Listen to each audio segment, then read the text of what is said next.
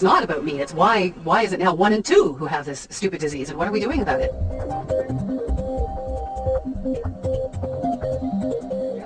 Now, the North American diet has changed. This is not going to be a technical lecture, but I did want to show you this one graph because there are some very significant lines here. The two top lines, the lavender line and the yellow line, are the amount of plant-based foods that are consumed in the United States and in Canada as well. And this is back in 1909. You can see we were eating a lot of grain products. We were eating almost 300 pounds of wheat and barley and other grain products, and almost 200 pounds of potatoes a year. Look what happened in the intervening 85 years.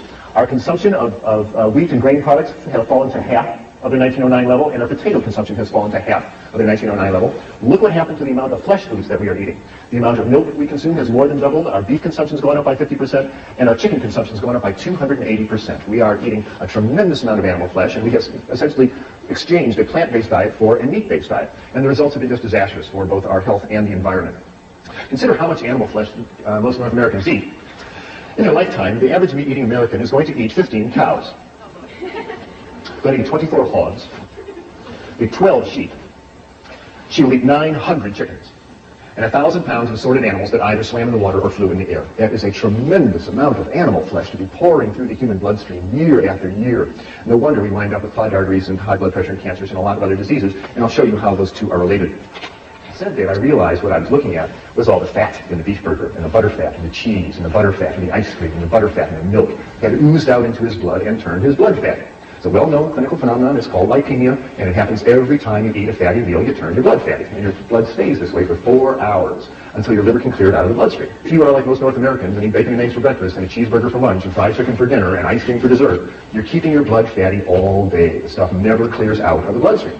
If you keep your blood fatty for 40 years, 50 years, 60 years, what do you think is going to happen to the arteries carrying all that fat? I will show you what happens to the arteries carrying all that fat. Animal fat comes in 3 flavors in the North American diet. It comes in the form of red meat, and the fat is in the meat. It is in the fibers of the animal's muscle, and just trimming off the white fat around the edge of the steak really does not lower the fat and cholesterol content significantly of the meat. So red meat is the #1 source of fat and cholesterol in the North American diet. The second is the yolk of hen's eggs. The egg of a chicken is meant to hatch baby chicks, and the yolk of the hen's egg is one of the most concentrated globs of fat and cholesterol on the planet. It was made to power that baby chicken for 21 days with no other energy. And when you run egg yolks through your bloodstream, you turn your blood fatty, just like Mr. Phillips. And the third source of fat in the North American diet comes from that white fluid that comes out of the udder of a cow. Now, cow's milk is a high-fat fluid exquisitely designed for turning a 65-pound calf into a 400-pound cow in a year. That is what cow's milk is for. Now, whole milk has a butterfat content of 3%. That's the cream that rises up to the top. And you drink a 3% solution of butterfat, it's going to turn your blood fatty, as will a 2 and 1% solution of butterfat. But at the dairy, the butterfat is skimmed off, and they concentrate it into huge vats, half the size of this room. And they concentrate the fat to 50, 60, 80, 90% fat. This stuff is so thick you can walk across it. Why do we do that? Well, you do that so you will buy it and eat it. The butterfat is mixed up with air until it hardens the chunks called butter. The butterfat is mixed with sugar and frozen and sold as ice cream. The butterfat is mixed up with cocoa powder and sugar and sold as milk chocolate. Butterfat is mixed up with bacteria and allowed to ferment until it turns into sour cream. A lower fat version is called yogurt. And the butterfat is mixed up with calf's stomach and bacteria and allowed to ferment for about 6 weeks till it hardens into chunks called cheese. These are all forms of butterfat. The folks at the dairy want you to buy the butterfat and eat it. And when you do, you turn your blood fatty. We took Mr. Phillips down to the operating room, and I gave him 1,000 micrograms of fentanyl and put him to sleep, and the surgeon opened up his chest and opened up his aorta and opened up his coronary arteries.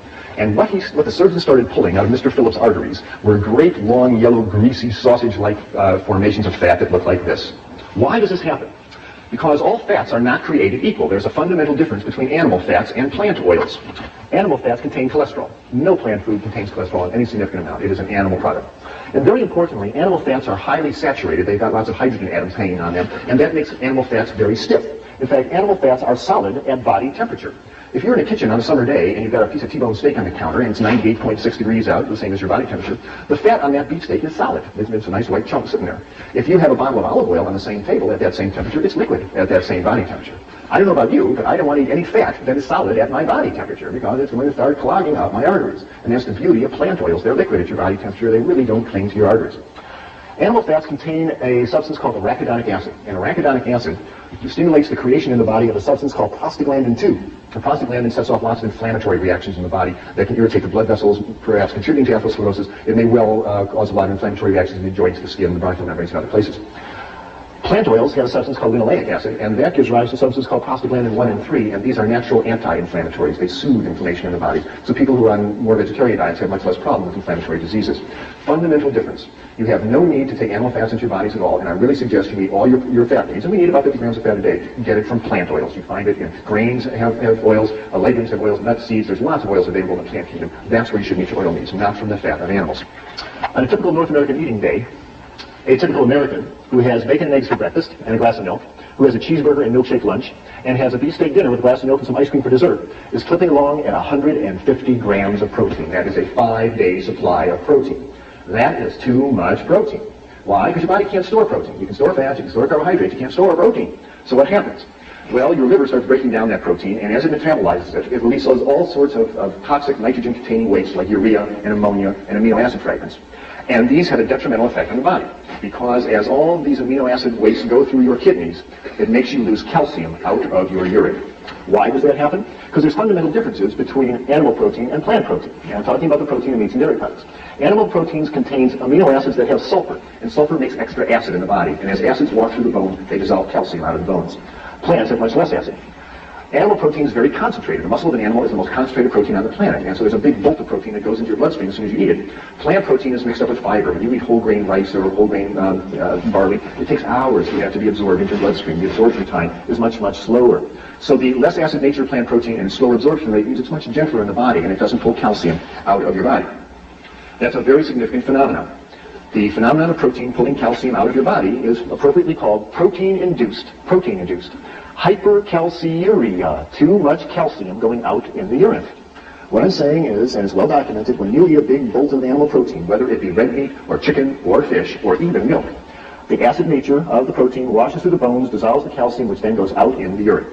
And what I'm telling you is that every time you eat a piece of chicken, every time you eat a piece of fish, ladies, for the next 3 or 4 hours you urinate calcium out of your body down the toilet. And the investigators who documented this many times clearly say that high protein diets cause a negative calcium balance, even in the presence of more than adequate dietary calcium. Even if you are taking calcium tablets and drinking milk, protein is such a potent yanker-outer of calcium out of your body that you will not be able to keep up with the calcium loss. Does that ring a bell with anybody? Did with the investigators. They said that osteoporosis, thin, crumbly bones that fracture easily, would seem to be an inevitable outcome of continued consumption of a high-protein diet. In our society, we are told that the cause of osteoporosis is not chewing up enough calcium tablets or not drinking enough cow's milk. And you're really told to believe this. There's a lot of medical evidence that says this just is not so. And this is clearly shown, I feel, in a study that was released by Cornell University recently, done by Dr. Colin Campbell, where they investigated thousands of people in the Republic of China. And they found that in this country, essentially osteoporosis is unheard of. They don't get osteoporosis. And women make it into their 80s, having nursed 5 children, and they have nice, strong bones. And yet here is a country that consumes essentially no dairy products. The milk isn't available, the cows aren't available, the refrigeration isn't available. They get all their calcium out of grains and greens and fruits and vegetables, and they don't get osteoporosis because they are eating grains and vegetables, and it doesn't make them urinate out their calcium. But it's been clearly shown as the Chinese folks move to the cities, get more affluent, and start eating more meat in their diet, they start losing calcium, and then the osteoporosis appears. It's really becoming apparent that osteoporosis seems to be not so much a disease of calcium deficiency, it's a disease of protein excess. You see osteoporosis in the countries that consume the most protein. In the United States, in Scandinavia, in Europe, and in Australia. That's where you see osteoporosis. You don't see it in China, you don't see it in rural South America, you don't see it in rural Asia, where people are eating grains and vegetables. And I'll tell you, dairy products are no protection against osteoporosis because the Americans and the Canadians and Scandinavians are the people who drink more milk and eat more cheese than anybody else on planet Earth, and they have the worst osteoporosis on the planet. And if dairy products protected you from osteoporosis, you wouldn't see it in North America, and you see just the opposite. Because there's so much protein in dairy products that it actually puts you in negative calcium balance, makes you urinate out your calcium, and Dr. Becker's study clearly showed this. They gave women 3 8-ounce glasses of milk a day for a year, and they were still in negative calcium balance because there's so much protein in milk. Don't rely on dairy products for your calcium. Get it out of grains and greens and fruits and vegetables, but most important, hold on to your calcium by getting all that chicken and fish flesh out of your kidneys and out of your body and out of your bones. The body's going to cure itself, but only if you give it the nutrients it needs. And since your number 1 nutrient is calcium, and none of these people get the nutrients they need, they stay sick. When we tested soy protein and wheat protein at the 20% level, which turns on cancer development, we tested soy and wheat, it didn't have that effect. This was unique for the protein we were using.